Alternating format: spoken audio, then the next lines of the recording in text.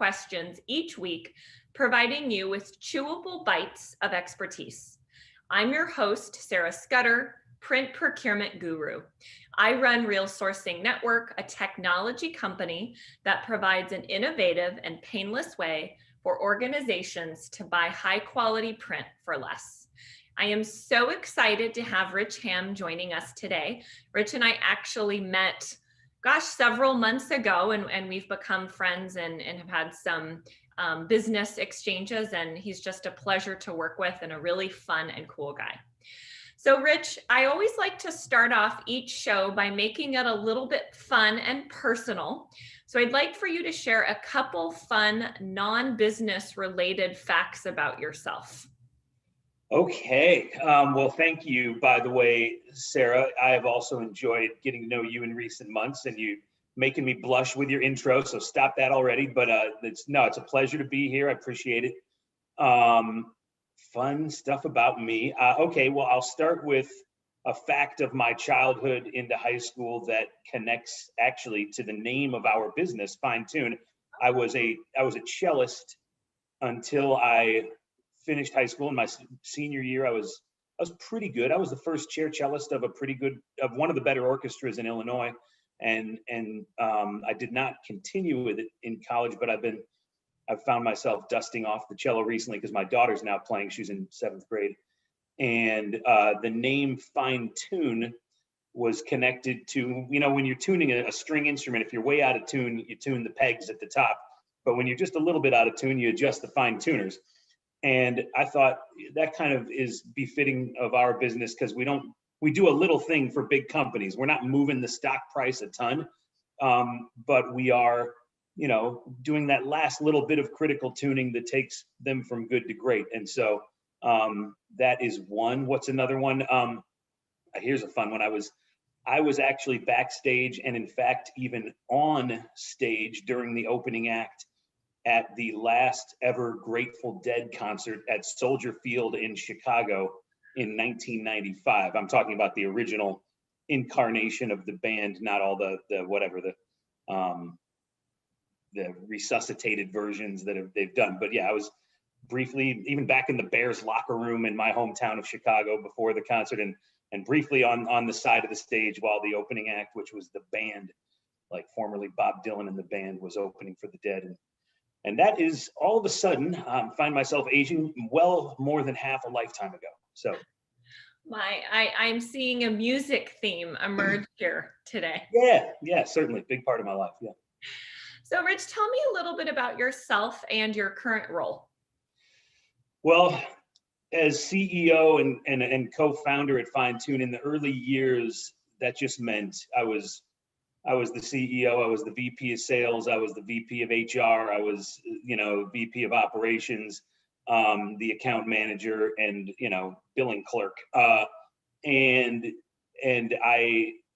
that stayed that way for a good long while. We grew the business very conservatively and never took on a debt or, a whole lot of private equity money. We kind of clung to our ownership and decided to grow slow and steady and conservatively.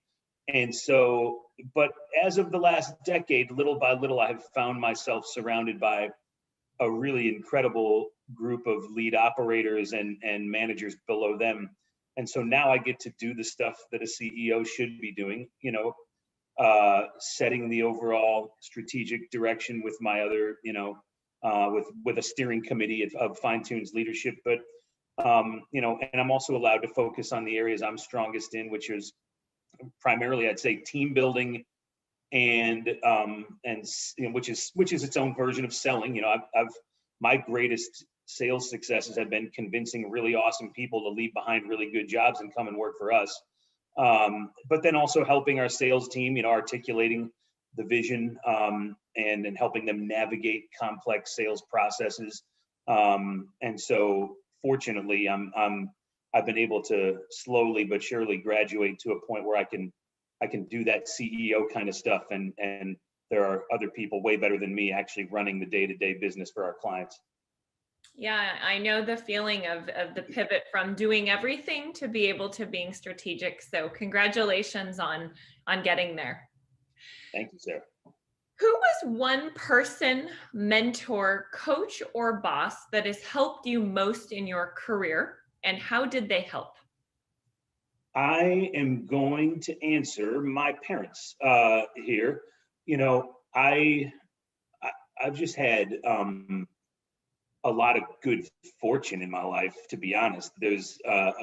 Anybody who ever tells you that luck is not a significant factor in people's, paths to success, or at least often is just fooling themselves. And the greatest stroke of luck I had was randomly being born to two really good parents that they were public school teachers, and they're retired now and live about 4 minutes that way.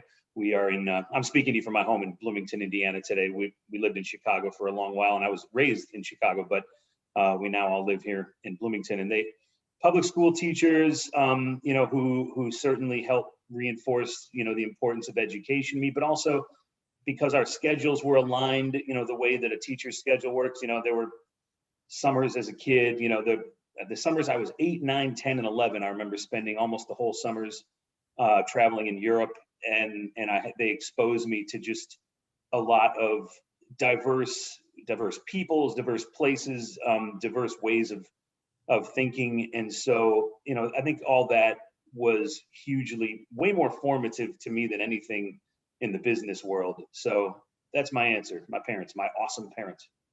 I am the product of a teacher as well. My dad is a retired English teacher and writer. And so I know that my sisters and I were very lucky to have parents home all of the time because of the flexible schedule.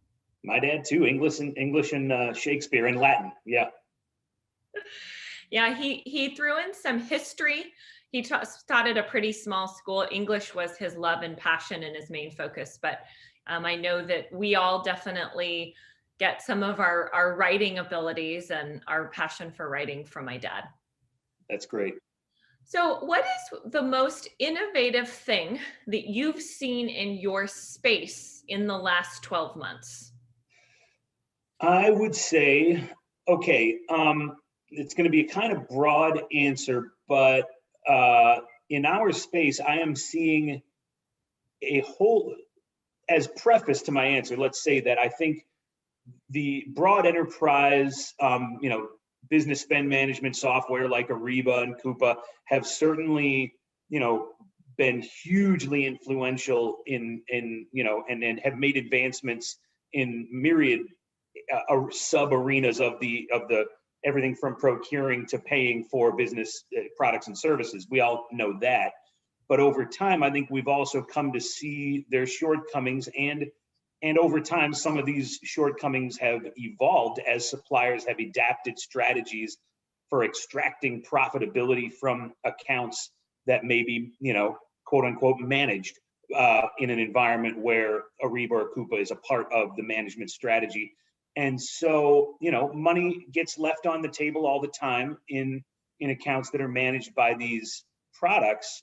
And so in my arena, Fine-Tune's arena of the expense management consulting world, there are a whole bunch of really awesome and innovative firms that have kind of been arising and evolving over the last decade or so to address those shortcomings and to kind of address the vulnerabilities that businesses are realizing they have that maybe they didn't even realize they have. Many still don't to this day. We're telling that story day after day to prospective clients. And so, to give you one example, but I do not want to suggest that the most innovative things going on in our space are happening at Fine-Tune. We've got first cousins in our arena of the consulting world that are also doing really innovative stuff, including like Real Sourcing Network, for example, your business. And so, but by way of example of something I'm talking about, we specialize in a handful of really, really complex indirect service categories. In these categories, I often say it's not a 3-card Monty, it's a 3,000 card Monty. And the suppliers have so many buttons they can push and levers that they can pull to extract profitability after a deal gets negotiated, and for it not to be apparent. And whereas Ariba and Coupa might do an okay job, and I'm even going to hedge that a bit with black and white contract compliance, so much money flies out the door in the gray areas where with the right expert management and the right intelligent auditing, you can keep that money from flying out the door and occasionally even recover it after it has flown out the door. And so in our software, which is called EMO, stands for Expense Management Optimization and Auditing Technology. And the metaphor I liken it to is like it's a moat around your bottom line built against these indirect service suppliers that are, competing with you as they should, in that inevitable joust over your spend. We have built crazy industry and category specific logic into the software where true industry leaders like, take the waste industry. Curtis Hill on our team spent 13 years as an RVP at Waste Management and has 30 years of background in the waste industry altogether. This is the kind of person who is helping to craft the logic that goes into writing the auditing software and all the peripheral reporting that needs to be run in corollary to the central auditing. And that logic is not even the same within an industry from supplier to supplier. Jump over to the uniform industry. The leading uniform suppliers, this is where we started our business, focused on this really complex category. They don't even all agree on the definition of the word inventory. And so think about how that has to inform the way you would write an auditing and expense management software. It has to be so customized and targeted with like a laser focus on not just an industry, but the suppliers within that industry, and then their myriad products and types of charges within that. And so that's the kind of stuff I'm talking about, really innovative, kind of targeted solutions I designed to address the vulnerabilities that still exist within environments that might use an Ariba or Coupa. Yeah, Rich, I'm a big believer in the Dr. Eloise business model of niche category solutions instead of a one size fits all. And I think what you just mentioned describes that perfectly, that it's very important to have specific category expertise and specific category solutions, and just instead of trying to find one system that can do everything, which is just not possible. You mentioned Dr. Eloise. Just last week, we did a really awesome immersion session with her and some of her partners at Kearney, and it was a great experience. And I would encourage people to look that up. It was a great conversation. So, Rich, what is one unique thing that we don't know about you professionally? Oh gosh, professionally. Well, my first job out of school, I was a journalism and political science major. So not the most natural route to running an expense management consulting business. And my first job out of school, all I really wanted to do was write about sports or maybe politics, be an op-ed writer. But you got to kind of be somebody before you start doing that and build some experience. But I knew I could write about basketball, and I just graduated from Indiana University, where at the time the Bob Knight regime was crumbling and it was national news. It was a big story. And yet all of our local sports writers were kind of, part of the old guard that was all aligned with him. And I wanted to write about basketball in a little new and different way and have a little, and have opinions about the topic too. And then I found out what the writers made after I graduated. And I was like, oh God, I've been naive about this. And I said, how about give me that job in advertising and I'll write for free. And so I started working as an advertising executive for the local paper, the Bloomington Herald Times in Bloomington, Indiana, and wrote a basketball column on the side. Had a lot of fun with that. And it was not until one of my advertisers was the industry leader in the uniform space, Cintas. And they just basically dangled a paycheck in front of me. I got an offer that was quite a bit more money than I was making at the paper. And I took it. And I would look back and regret that if it were not for the fact that had led to Fine Tune's existence.